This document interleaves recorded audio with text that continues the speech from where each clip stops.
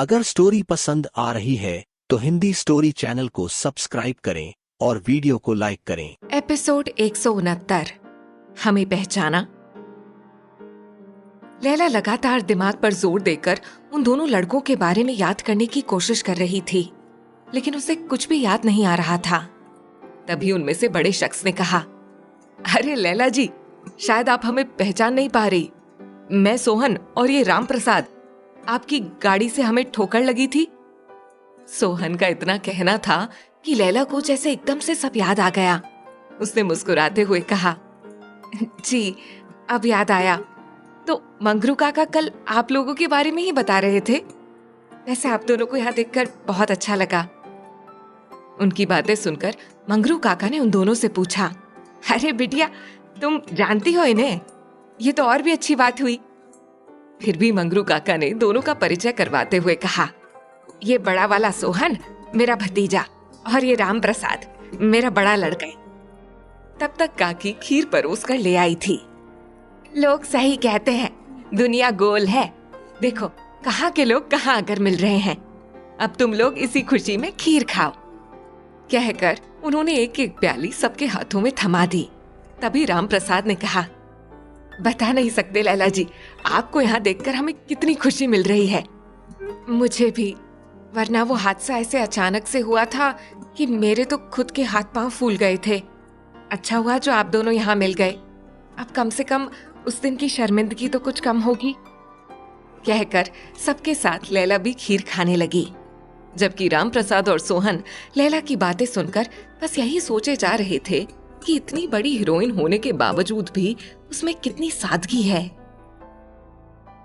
Sujoy set के लिए निकलने ही वाला था कि तभी उसने देखा कि जेनी की गाड़ी पार्किंग में आकर रुकी। उसने अपना बैग कार में रखते हुए भवे से कोड़कर सोचा, तो फाइनली मैडम को होश आ ही गया कि उन्हें इस बारे में बात करनी चाहिए कि आखिर उसे ये सब करके चाहिए क्या। जेनी ने उसके पास आते हुए कहा, हेलो सुजॉय, कैसे हो? सुजॉय ने उसे एक इग्नोर करने वाला लुक दिया और फिर लापरवाही से कहा, ठीक हूं, कहो कैसे आना हुआ? तब जेनी ने एक फीकी हंसी हंसते हुए कहा, हाँ आना पड़ा ये देखने के लिए कि वो जिसके लिए मैं इतना सब कुछ सहने के बाद भी खामोश हूं, वो कितना स्वार्थी हो सकता है। उसकी बात सुनकर सुजॉय के चेहरे पर एक तंज भरी स्माइल बिखर गई। इतना सब कुछ सहने के बाद भी खामोश हो, वो भी तुम? ये कुछ ज्यादा नहीं हो गया? जेनी ने नजरें झुकाए हुए उसकी बातें सुनी। तब सुजॉय ने आगे कहा, तुम लाख मुझे अपनी बातें समझाने की कोशिश करती रहो जेनी, लेकिन मैं ये सच अच्छे से जानता हूं कि तुमने सुधांशु को वो बात बताई जिसकी उसने अपने मैगजीन के लिए कवर स्टोरी तैयार की थी। आज पूरी इंडस्ट्री के लोग मुझसे आंखों में सवाल लिए मिला करते हैं। मैं किन किन का मुंह बंद करूं? किस किस को कहूं कि मैंने अपने बचपन के फ्रेंड के साथ रेप जैसा कुछ भी नहीं किया है। हाँ माना कि मैं नशे में था, मैं श्योर नहीं हूं कि मैंने तुम्हारे साथ कुछ गलत किया या नहीं, लेकिन हमारे बीच जो कुछ भी हुआ नहीं हुआ उसका ऐसा तमाशा नहीं बनाना था जेनी। उसकी कड़वी कसैली बातें सुनकर जेनी की आंखें झिलमिलाने को थी। उसने एक गहरी सांस ली और एक नजर उस पर डालती हुई बोली, मेरे पास तुम्हारे सवाल का जवाब है सुजॉय। सुधांशु की वाइफ मेरी फ्रेंड है, बहुत अच्छी फ्रेंड। उस दिन जब मैं तुम्हारे यहां से निकली तो बहुत परेशान थी, इसीलिए अपना दुख बांटने के लिए उसी के पास चली गई थी। उसने मुझे ऐसे रोते हुए देखा तो वजह जानने के लिए मेरे पीछे पड़ गई। मजबूरी में मुझे बताना पड़ा, लेकिन मुझे ये नहीं पता था कि वो सुधांशु को सब कुछ बताएगी और वो ये सब अपनी मैगजीन में छाप देगा। जेनी के चेहरे पर इस वक्त गजब की मासूमियत थी। सुजॉय चाहकर भी उसकी बात छुटला नहीं पाया। फिर जेनी ने धीरे से कहा, तुम चाहो तो मैं प्रेस कॉन्फ्रेंस करके इस बात के लिए पब्लिकली अपना स्टेटमेंट जारी कर देती हूँ, ताकि तुम्हारे ऊपर उठने वाली उंगलियों को जवाब मिल जाए।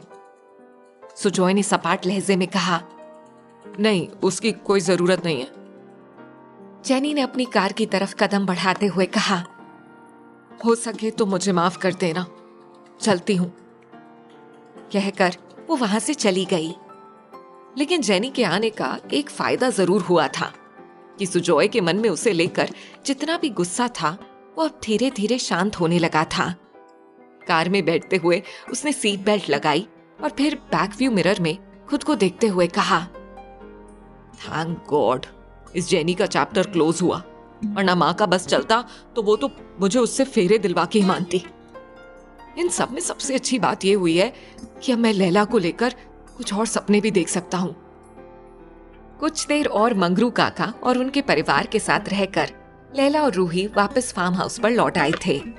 रूही अब काफी सहज थी और जैसे ही लैला ने ये बात महसूस की वैसे ही उसके मन में ख्याल आया, अब रूही उस ट्रॉमा से बाहर आती हुई दिख रही है। अब इसका मूड भी पहले से काफी अच्छा है। यही सही मौका है अब इससे उस प्लेन वाले लड़के के बारे में पूछताछ करने का। वो उसके पास बिस्तर पर बैठते हुए बोली, आप पढ़ाई कर रही हो रूही?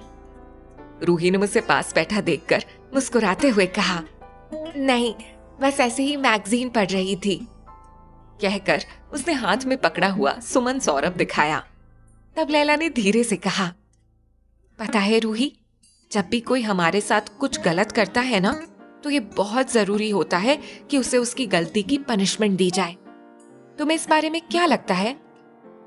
लैला का सवाल सुनकर रूही ने मैगजीन साइड में रखा और कुछ सीरियस लहजे में बोली, मुझे भी ऐसा ही लगता है दीदी। अगर गलती करने वाले को पनिशमेंट ना मिले तो वो हमेशा गलतियां करता रहेगा। हमारी टीचर ने भी हमें यही बताया था। तब लैला ने उसकी आंखों में झांकते हुए कहा, मुझे भी यही लगता है रूही, इसीलिए मैं जानना चाहती हूँ कि जो शख्स तुम्हारे साथ फ्लाइट में था तुम उससे इतनी डरी हुई क्यों थी?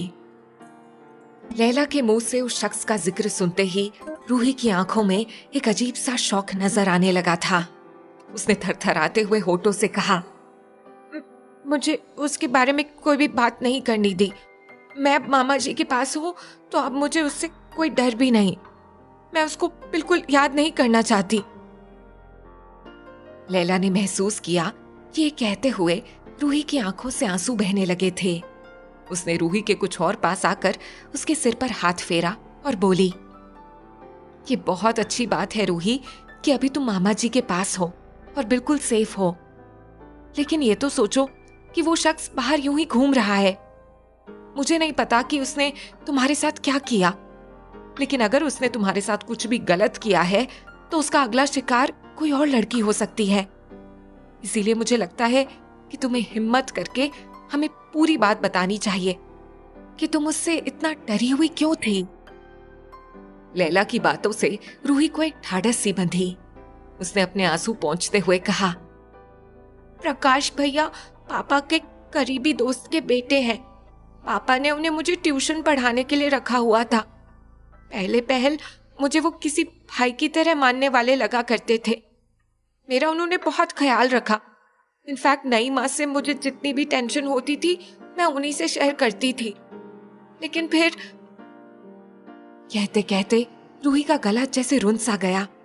तब लैला ने उसके बालों में प्यार से हाथ फेरते हुए कहा, मुझे सब बताओ रूही, उस इंसान को उसके किए की सजा मिलना जरूरी है।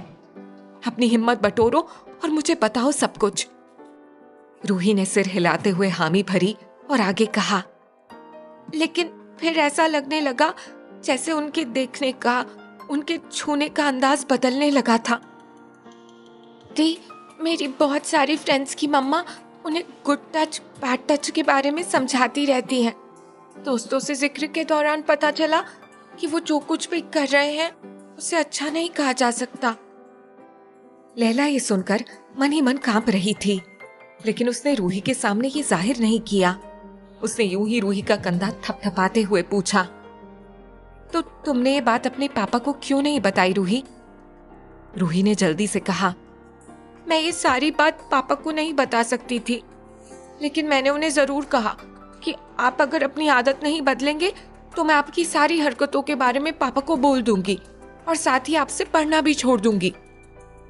उसके बाद उसने क्या कहा? लैला ने पूरे ध्यान से उसकी बात सुनते हुए पूछा। उसके बाद ये हुआ कि मैं पापा से कुछ भी कह पाती उससे पहले ही उन्होंने पापा से मेरी शिकायत लगा दी कि मैं पढ़ाई में बिल्कुल भी ध्यान नहीं लगा रही हूँ और मेरा ध्यान लड़कों पर ज्यादा रहता है। और फिर पापा ने मुझे बुलाकर बहुत डांटा। मुझे लगा कि शायद मैं इस आदमी के चंगुल से कभी बच नहीं पाऊंगी, इसीलिए मैंने यहाँ मामा जी को लेटर लिखा। लेकिन मेरी बुरी किस्मत।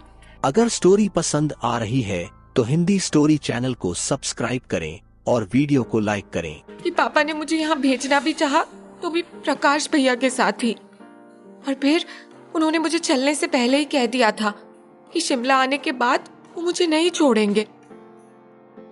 पूरी बात जानकर लैला की भवें तन सी गईं और उधर रूही इतना कहकर कांपने लगी थी। लैला ने उसे प्यार से अपने पास चिपकाकर कहा, तुम्हें रोने की कोई जरूरत नहीं है रूही, अब रोने की बारी तो उस शख्स की है। रूही के बाल मन पर पड़े इस चोट की कहानी सुनने वाली अकेली लैला नहीं थी। लैला को इवेंट के बारे में कुछ जानकारी देने के लिए कबीर उसके कमरे के दरवाजे पर खड़ा था। नॉक करने से ठीक पहले ही उसे रूही और लैला की बातें सुनाई दे गई थीं और उसने न चाहते हुए भी उन दोनों की बातें सुनी। रूही के मुंह से सारी बातें जानने के बाद कबीर को भी बहुत गुस्सा आ रहा था और अब सारी बातें जानकर भी चुप बैठ जाना कम से कम कबीर की फितरत तो बिल्कुल नहीं थी।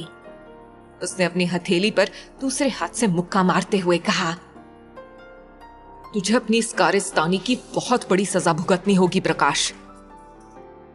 जबकि अंदर कमरे में लैला रूही को कलेजे से सटाए अब यही सोच रही थी कि प्रकाश को किसी भी हालत में ढूंढना पड़ेगा, लेकिन इतने बड़े शहर में आखिर वो होगा कहां? ये ख्याल आते ही उसने रूही के आंसू पोंछे और फिर प्यार से पूछा, रूही मुझे बताओ, क्या उसने एक बार भी जिक्र किया कि वो शिमला में कहाँ आने वाला था? तब रूही ने कहा, उन्होंने रास्ते में बताया था कि यहाँ शिमला से कुछ दूर एक गांव में उनकी कोई रिश्ते की बुआ रहती है। उन्होंने मुझे जगह का नाम भी बताया था, लेकिन मुझे याद नहीं आ रहा।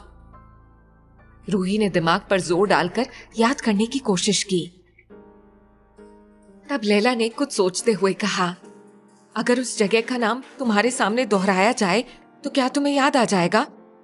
रूही ने कंफ्यूज्ड अंदाज में कहा, शायद, मैं श्योर नहीं हूं, लेकिन मैं ट्राई कर सकती हूँ। ये सुनते ही लैला ने वेरी गुड कहा और फिर वो वहीं फोन के पास रखी डायरेक्टरी उठा लाई। उसने रूही के सामने एक एक करके सारे नाम पढ़ने शुरू कर दिए, लेकिन उतने नाम सुनकर ऐसा लगा कि रूही और भी ज्यादा कंफ्यूज्ड हो गई। रूही ने मायूसी से कहा, दी, इतने नामों में तो मुझे कुछ भी पता ही नहीं चल रहा। तभी कबीर ने दरवाजे पर नॉक किया। लैला के कम इन कहते ही वो एकदम से अंदर चला आया और फिर रूही की तरफ प्यार से देखते हुए कहा, बेटा, आप प्रकाश का बंबई का एड्रेस बता सकती हो कुछ?